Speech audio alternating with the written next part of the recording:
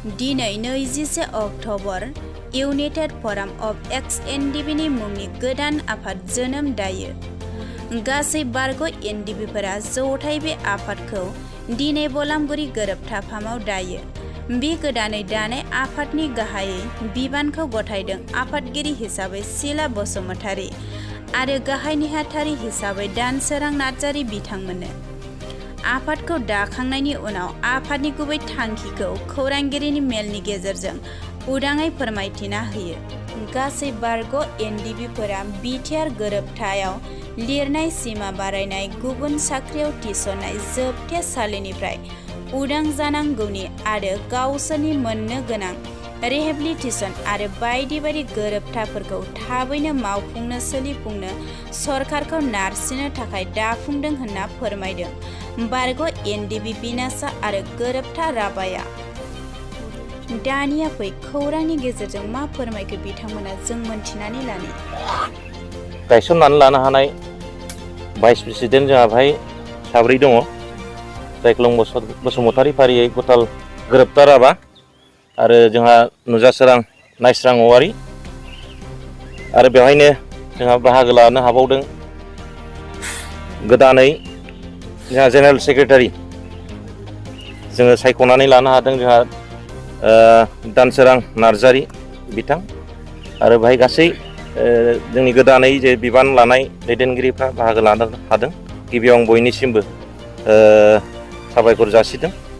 दिनै जोङो गोबाव बोसोर जे एनडिएफबि हिसाबै जोङो जे इसुनि थाखाय जे दावहा नांबोनानै जोङो 34 इयार्स जे दावहा नांबोदोंमोन दिनै मोनसे गोरोबथायाव फैखांनायनि उनाव जोंनि जे आफाद हिसाबै जोङो आलादा आलादा मोनसे थांखिजों थांबाय थादोंमोन एक्स एनडिएफबि हिसाबै। दा बेवहाय फेक्सन हिसाबै जोंहा जे गावबा गाव खामानिखौ जे मावलांबाय थादोंमोन। दिनै जोङो जोंनि जे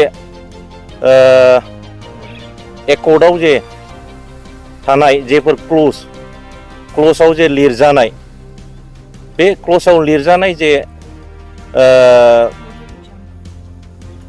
पइन्ट्सफोरखौ जोङो दिनै मावफुंनो थाखाय प्रेसार होनो थाखाय सरकारखौ प्रेसार होनो थाखाय जोङो दिनै आलादा आलादायै थांनानै जेबो जानाय नंला। जोङो जै खौसेथिनि गेजेरजों जोङो मोनसे प्लेटफर्म बानायनानै जोङो दिनै सरकारखौ मोनसे प्रेसार होआब्ला जोंनि गासै थांखिया जाफुंनाय नंला होननानै जों दिनै मोनसे नैबे बलामगुरि जे गोरोबथा फार्माव जों बे नैबे हाबाफारिखौ दिनै खुंफुंनानै लानाय जादों, मावफुंनानै लानाय जादों। आरो मिडियानि गेजेरजों जों बेखौनो फोसावहरनो लुबैदों जे जोंनि जे नैबे इउनाइटेड फराम अफ एक्स एनडिएफबि जे जों बानायदों बेहाय प्लेटफर्म बे दिनै रावनिबो दिनै एगेन्स्टआव जोङो दिनै थांनाय नङा। आरो दिनै फुललि जोंनि जे थांखि जोंनि जे जेंना एक्स हिसाबै जेरै जोंहा जेंना दङ बे जेंनाखौ जे सुस्रांनो बा फोजोबनो थाखाय जोङो दिनै इउनाइटेड जानानै सरकारनाव जों दाबि खालामगोन आरो सरकारखौ बुंगोन बे हाबाफारिखौ लानानै जोङो दिनै थांखिजों दाफुंनाय जादों।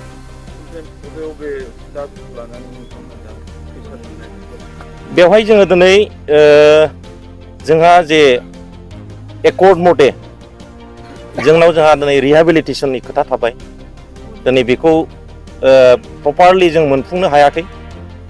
आरो मोनसेया जाहैबाय जोंहा केसनि खोथा थाबाय आरो मोनसेया जाहैबाय जेलाव थानाय जोंनि जेसेबां दिनै लिडारनिफ्राय लानानै दिनै केडार्सफ्रा दिनैसिम एकर्ड जाखांनायनि उनाव जे उदां अख्राङाव फैनो हायाखै। आरो बेराफारसे जाहैबाय जायफोर दिनै जोंनि जे थांनानै थानाय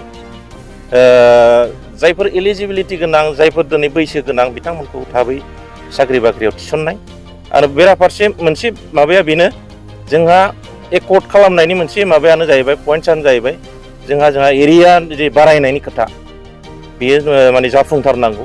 बेफोरनि सायाव जों दिनै प्रेसार होनो थाखाय सरकारखौ प्रेसार होनो थाखाय जों मोनसे प्लेटफर्मखौ बानायनाय जादों।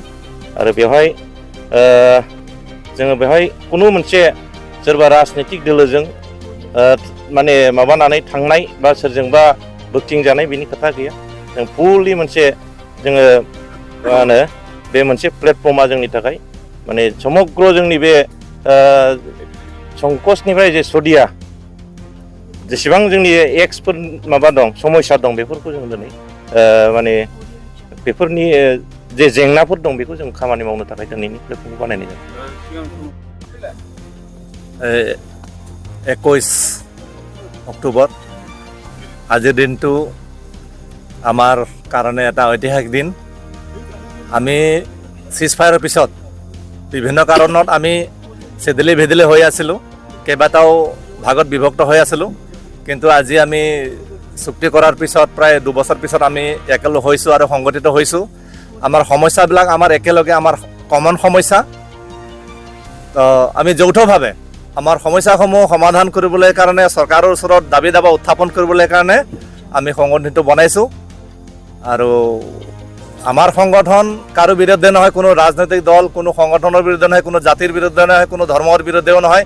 আমাৰ সমস্যা আছে, আমাৰ সমস্যা সমাধানৰ উদ্দেশ্যে আমি সংগঠিত হৈছোঁ। আমি যিহেতু এটা বিপ্লৱী সংগঠন আছিলোঁ, সিদিনালৈকে যোৱাকালিলৈকে আমি একেলগে আছিলোঁ, কিন্তু মাজতে আমি বিভক্ত হৈছিলোঁ, কিন্তু আমাৰ অন্তৰে কৈছিলে যে আমি কেতিয়া একত্ৰিত হ'ব পাৰিম, কেতিয়া সংগঠিত হ'ব পাৰিম, সেইটোৰ অপেক্ষাত আছিলোঁ আমি। আজি আমি নথৈ সুখী নথৈ আনন্দিত হৈছোঁ।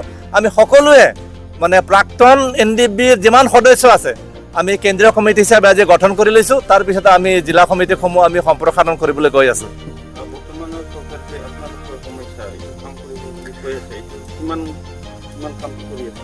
আমাৰ বৰ্তমানৰ চৰকাৰ, আমি চৰকাৰ ক'বলৈ গ'লে বিটিআৰ চৰকাৰটো অসম চৰকাৰৰ অধীনতে হয়, ভাৰত চৰকাৰৰ অধীনতে হয়, কিন্তু চৰকাৰৰ যিটো মানে হয়তো সিহঁতৰ কিছুমান কিবা থাকিব পাৰে, প্ৰট'কল থাকিব পাৰে, সেইমতে সিহঁতে যিমানখিনি আগবাঢ়িব লাগিছিলে সিমানখিনি আমি আগবঢ়া দেখা নাই। গতিকে চৰকাৰৰ আমাৰ যিহেতু সমস্যা, আমি চৰকাৰক মাজে মাজে সোঁৱৰাই দিব লাগিব যে আমাৰ এইটো হৈছে, আমাক এইটো লাগে, সেইটো লাগে, কাৰণ আমাৰ সমস্যা বহুত আছে। আজিলৈকে আমাৰ বহুতো ল'ৰাই মানে যিটো নেকি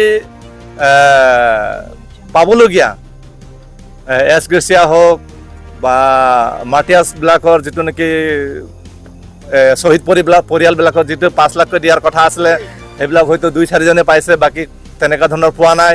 তাৰ সমস্যা বহুত আছে। আৰু আমাৰ চাকৰি বাকৰিৰ কথা আছে, আমাৰ চুক্তিতে আছে যে মানে পাৰামিলিটাৰী ফ'ৰ্চ, ৰেলৱে, বেটেলিয়ন এইবিলাকৰ যিবিলাকৰ উপযুক্ত বয়স আছে, এডুকেশ্যন কোৱালিফিকেশ্যন আছে, সেইখিনিক ইচ্ছা কৰিলে চৰকাৰে নিযুক্তি দিব পাৰে, কিন্তু সেইবিলাক কাম আজিলৈকে আমাৰ হোৱা নাই। এনে নাম কি আছে কিবা ডেমো অলপ হেৰি কৰি থৈছে, কিন্তু নিযুক্তিটো আজিলৈকে আমাৰ কোনো ল'ৰাই পোৱা নাই। তো সেইবিলাক আমাৰ সমস্যা আছে। তো সেইকাৰণে আমি আজি সংগঠিত হৈছোঁ। আৰু আগলৈ আমাৰ যিটো সংগ্ৰাম, আমি সংগ্ৰাম বুলিয়ে ক'ব লাগিব। আমি শান্তিপূৰ্ণভাৱে, গণতান্ত্ৰিক শান্তিপূৰ্ণভাৱে প্ৰয়োজন সাপেক্ষে আমাৰ সমস্যা, আমাৰ দাবী দাবা আমি উত্থাপন কৰিবলৈ কাৰণে আমি আগুৱাই যাম। আমাৰ সংগঠনটোৰ নাম হ'ল ইউনাইটেড ফ'ৰাম অফ XNDFB বুলি আমি সংগঠনৰ নামটো দিছোঁ। আমি বড়ো ৰাইজক এইটো ইনফৰমেশ্যন দিব বিচাৰিছোঁ যে আমি XNDFB হিচাপে আমি আজিৰ তাৰিখত আমি সংগঠিত হ'লোঁ, আমি ইউনাইট হ'লোঁ, আৰু ৰাইজে সজাগ হওক আগলৈ আগবাঢ়ি যাবলৈ কাৰণে। ধন্যবাদ। জয় বৰহাৰণী।